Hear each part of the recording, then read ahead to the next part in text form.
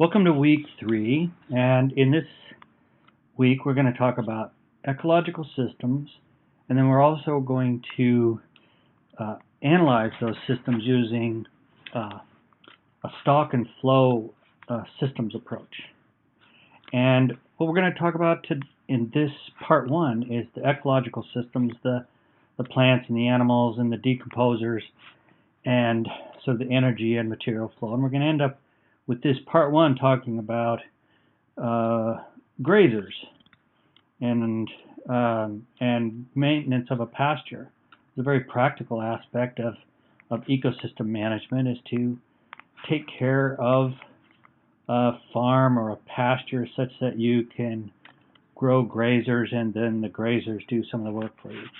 And I happen to own a few goats, and I've taken care of them, and I try to take care of the pasture so that the goats have the right food to eat and the goats can be healthy.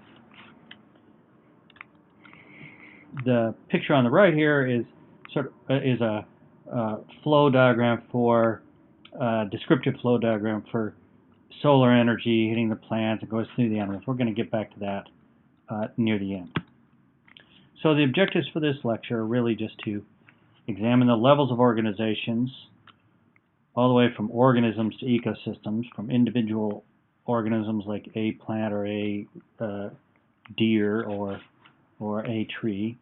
And then we're going to follow the flow of energy and materials at a descriptive level in this part. And I also want to talk about how the energy can flow through the system, but we can recycle nutrients through communities and ecosystems. And so for that, think of the sunlight coming in and that energy being passed through plants and animals and heat going off at each step, but that the plants take up nitrogen from the soil and those go to the animals, and when either the animals die or plant material die, that nitrogen is recycled back through the soil.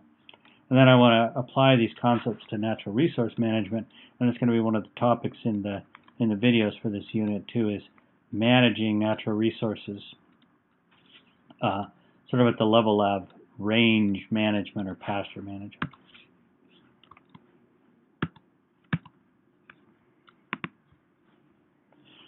So just what's going to come up after this is, in part 2 of the lecture, we'll study how we can describe these systems using a constrained vocabulary that really helps us look at similarities between different systems that we study and to apply that to pasture management. And then in week 4, we're going to use a systems approach to study sustainability and behavior of systems in some detail, including runaway positive feedback loops and control by negative feedback and stock limitation and steady state.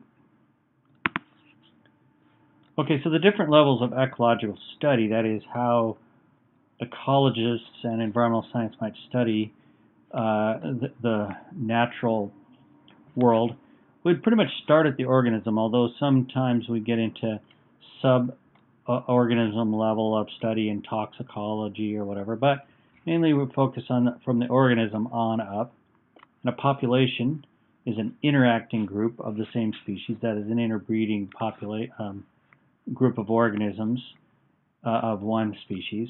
And a community is all of the interacting populations at the same location. This can be plants and animals and different species of beetles and different species of predators. All of that stuff, all the biological stuff is the community. And then an ecosystem is the biological community, the physical landscape, and the conditions and the resources that exist there. So before you laugh at my drawing, you should be aware that if you're laughing too hard, I might actually be able to hear you, and I'd make you draw a rabbit, or I'd make you draw a coyote, and then we'd see how well you do. But fine, if you've got a better drawing, send it in to me. I'd love to use it. But this diagram demonstrates the trophic levels, and trophic means feeding, and so it's how far away the energy has to travel from the original sun energy. That's the primary producers. That's over here with the grass. Sun energy comes in, and then energy and materials are passed to, say, rabbits as a grazer. Energy and materials are passed to secondary consumers like a carnivore, like a coyote. And then when either coyotes die or plants die or rabbits die, those all go to the soil, and the beetles and the microbes and the whole range of recyclers and decomposers turn those, use those resources, and they recycle the element resources, such as the proteins go to nitrogen as nitrate or ammonia, the phosphate gets released, the sulfur gets released, and then those nutrients that are available in the soil are then available for the plant to grow on in subsequent generations of plants to grow on. But these are the trophic levels: primary producers, herbivores that eat plants, carnivores and omnivores that eat other animals and or plants, and then the recyclers. So I want to talk a little bit about this concept of metabolism. And metabolism is the balance of energy and material processing. It's how much food you eat, and we're going to see another example of this in the next, in part 2 of this lecture. But let's just look. The deer eats some food, and deer eat grass and shrub parts and stuff, and so they take in this food. That food is high potential energy organic material, and the plants provide that for the deer. In the deer, there's several fates of that food. Some of it is broken all the way. Some of the food is undigested. It goes through and ends up in deer poop, and that deer poop is really valuable material for microbes and beetles to live off, that sort of recyclers. Some of it gets assimilated into new deer material, new deer body mass, and that is the biomolecules from the grass and the shrubs are broken down, not all the way to CO2, but they're broken down to sugars and nucleic acids and amino acids, fatty acids, and those are all then reassembled into making deer material. And even an adult deer is going to grow in the sense that they create new deer material, and that could take the form of fawns that are born. So a female deer is growing because she's creating new fawns. Then the bulk of that food that the deer eats is going to be broken down all the way from being grass-like into biomolecules, and then broken all the way down into CO2 to provide the energy that the deer needs. Just like when we eat food, we break it all the way down in cellular respiration to create the energy we need. So this food has several major fates. One is to be undigested and pass through. One is to end up as new deer material, and the other is to provide energy. And the balance of how much energy is used as opposed to the material processing of all of these foods, that's called the metabolism. So all organisms have a metabolism, even the plants. And plants are very efficient in, how much is devoted to growth versus total energy needs. And plants are very efficient because they take the energy from the sun. They don't move around a lot. They take materials from the inorganic sources, and they use that energy from the sun to fix inorganic molecules into organic molecules. So some of the energy from the sun is used to grow, and it's trapped as organic molecules, as organic plant material. Now, by contrast, higher level predators can be very inefficient. They might have to use a lot of their energy that they take in hunting or trapping or chasing down prey, and to maintain a body, their body conditions during all that time, such that they're, if you imagine a coyote or a hawk or something, they're very high energy animals, and they have to take in a lot of food, and they get very little growth out of it. So that'd be called inefficient. In the sense of the definition of efficiency, you have all this starting material, and energy, how much it makes new coyote or new hawk, and how much of it goes off to waste. And ambush predators like Komodo dragons and crocodiles and alligators, they can be very efficient because they just wait for food walk into their mouth essentially, and they snap and they eat it, and then they just sit in the sun all the time, and they just don't really regulate their temperature as much, and they aren't very active. So they can be very efficient, and they don't have to eat as much to grow the same as, say, if you have a coyote laying on the shore. It has to maintain its high metabolism all the time and chase animals, and a alligator might just sit around and wait for something to walk into its mouth. So this idea of efficiency goes along with metabolism in terms of how much energy it takes to support their particular lifestyle and the growth that they get out of it. Okay, now important concept for us is that ecosystems can cycle nutrients, but energy flows through. And if you look in this diagram on the right, energy comes in from the sun, goes to the plants. That energy from the plants, as the plants grow, there's heat given off as waste heat. It's waste energy. The producers, the plants, are consumed by herbivores, and that isn't when a herbivore eats a plant, not all that plant material and energy is passed directly to the consumer. There's lost in there, so there's heat loss there. And that happens for all of the consumers.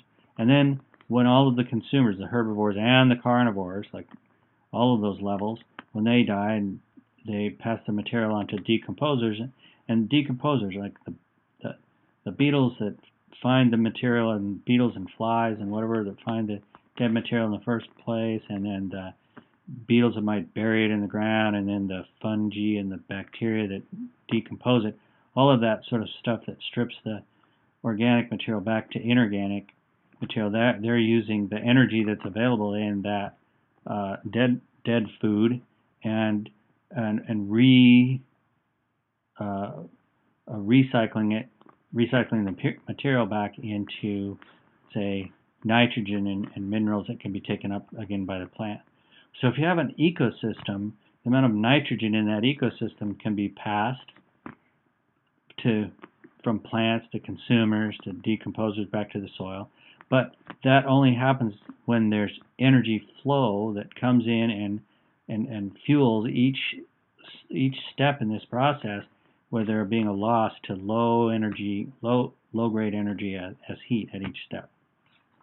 So this is an important concept, that we can cycle nutrients, but there's no such thing as energy recycling. Energy is a flow through from solar energy and going out as low grade heat. That's just a necessary condition for these ecosystems to work. Now, this loss of energy at each step results in what's called the energy pyramid. And if you look at a grassland, for example, you have a lot of primary production, and if at each step you lose about 90%, only 10% is passed on, there might be 1,000 units of primary production per unit time. Only 100 of that in that same area goes on to the herbivores. Only a tenth of that goes from the herbivores to the first level carnivores. And so if we think, here's some primary production, that's like grass. Maybe here's some grasshoppers that eat the grass. Here's some mice that eat the grasshoppers, and the second level carnivore could be hawks that eat the mice. So each step, 90% is lost. And that means you could have a very big pasture that would support all this grass, that would support, much smaller energy flow, 1/10 of that energy flow through the herbivores, 1/10 of that through the first level carnivores, and at the very top, some carnivore, something like a hawk, might take a huge pasture just to support, or a huge grassland area to support one hawk in sort of in a sustainable ecosystem. Again, I'm going to talk about two types of pasture and range management. This is an environmental science and management course.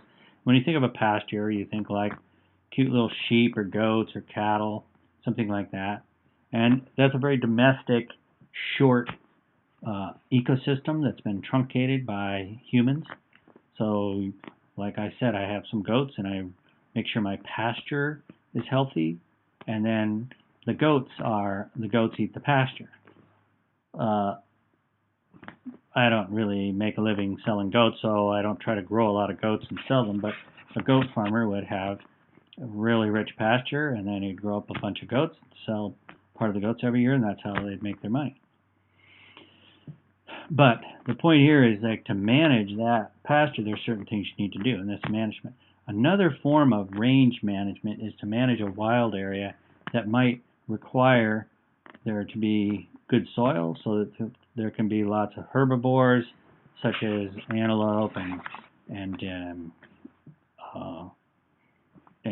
other wild ungulates, all the way up to a top predator, such as a lion.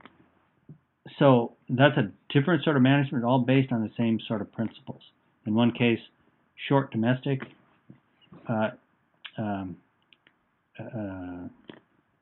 ecosystem, in another case, a wild, much more complicated ecosystem.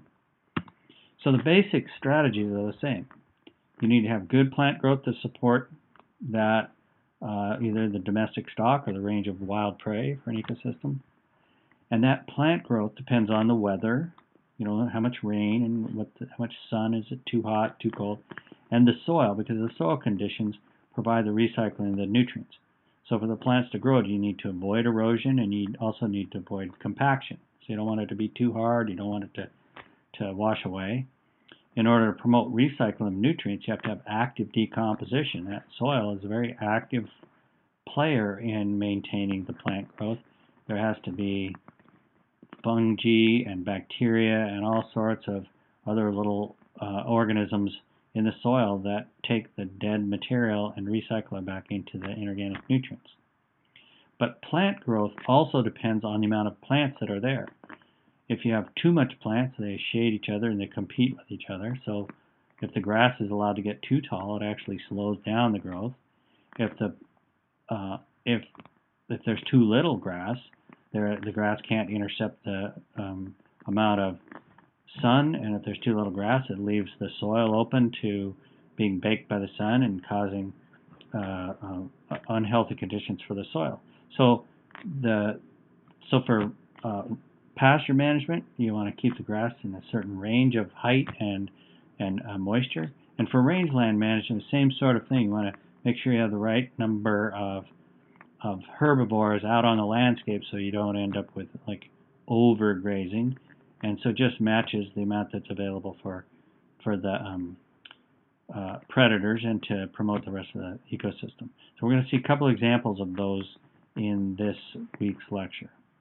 Now in the next part of this lecture, we're going to address using the systems approach, and so you should proceed to that.